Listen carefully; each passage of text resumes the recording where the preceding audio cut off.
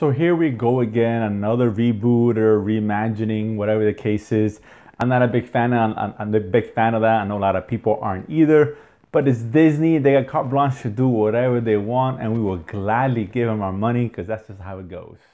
And with that, I'm working to another episode of The Romantic, where my goal, as always, is to enhance your movie watching experience. So Beauty and the Beast, of course, this is Disney's new wave of bringing some of the old classics back to live animation.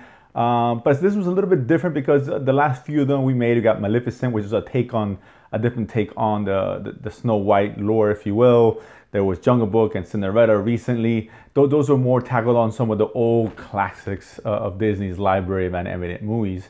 And Maleficent, although I didn't like that movie that much, it's a missed opportunity. I did enjoy Cinderella, surprisingly enough, and I did really enjoy Jungle Book last year.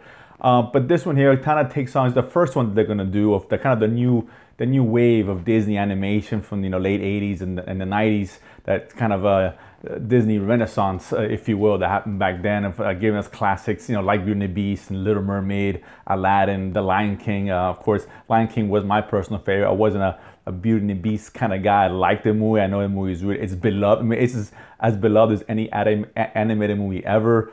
Maybe right on par of Lion King. It's debatable which one's actually more beloved, one or the other. But be that as amazing movie that was obviously nominated for Best Picture for the Oscars. So it's well known. It's a long time story that's been around for ages, and it's been retold so many times. But none has really captured the essence of that story as much as Beauty and the Beast did back in the day. So I was kind of hoping that Disney didn't mess this one up. And overall, I gotta say, they did a really good job. This is a really good, solid effort. It didn't blow me away. I don't think I captured the magic that the first one had, but I didn't really expect it to.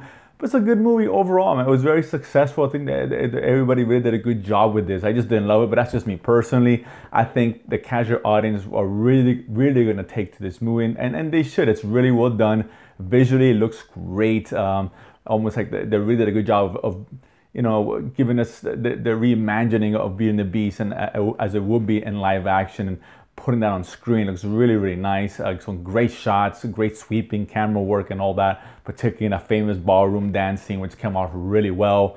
Again, performances are great. We have Dan Stevens playing, I guess motion capture, the Beast himself. And he was really my only complaint. Performance-wise, was fine. There was really good voice work. I like the voice that they used. But the CGI was a little off with the Beast. It kind of took me in and out of the movie at times. It just didn't look right. And it surprised me because Disney has as deepest pockets as any studio. You figure they forked the money to get it done right. Again, that's just in my opinion. Some people may enjoy it more than I do. But again, I thought the CGI felt a little bit short. And it paled the comparison to the rest of what we're given on screen. But Emma Watson, of course, playing the Belle, of course, one of the most famous princesses, that Disney has and all that. She's beloved, of course, and she should be. And she was fine in that role. But Luke Evans, who played Gaston, he stole the show. Thought he was great and really captured the essence of that character very well.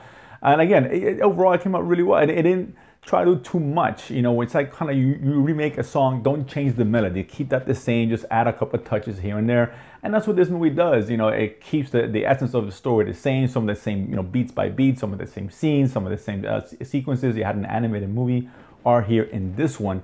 And they did add a couple small changes to some of the characters, nothing major, some little more extra backstory, particularly with Belle and some of the things that she currently does. And that's fine. I added something just a little bit new to kind of mix things up.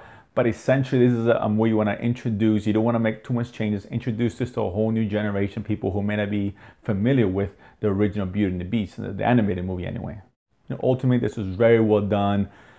If you're a fan of the Beauty and the Beast, an animated movie, you're going to absolutely enjoy this one. Girls are going to love it. Big girls and the little girls are going to love this movie. Boyfriends, suck it up. Husbands, suck it up. You're going to get asked to go take the significant other or even the family to go watch it. You guys are going to go enjoy it. Hey, you made her go see Logan last week. The least you can do is take her to see Beauty and the Beast this week. You're going to sit there. You're going to enjoy it. Don't give me that crap. You're going to like it. It's going to be fine. Trust me on that. So ultimately, Beauty and the Beast, you guys are going to watch it.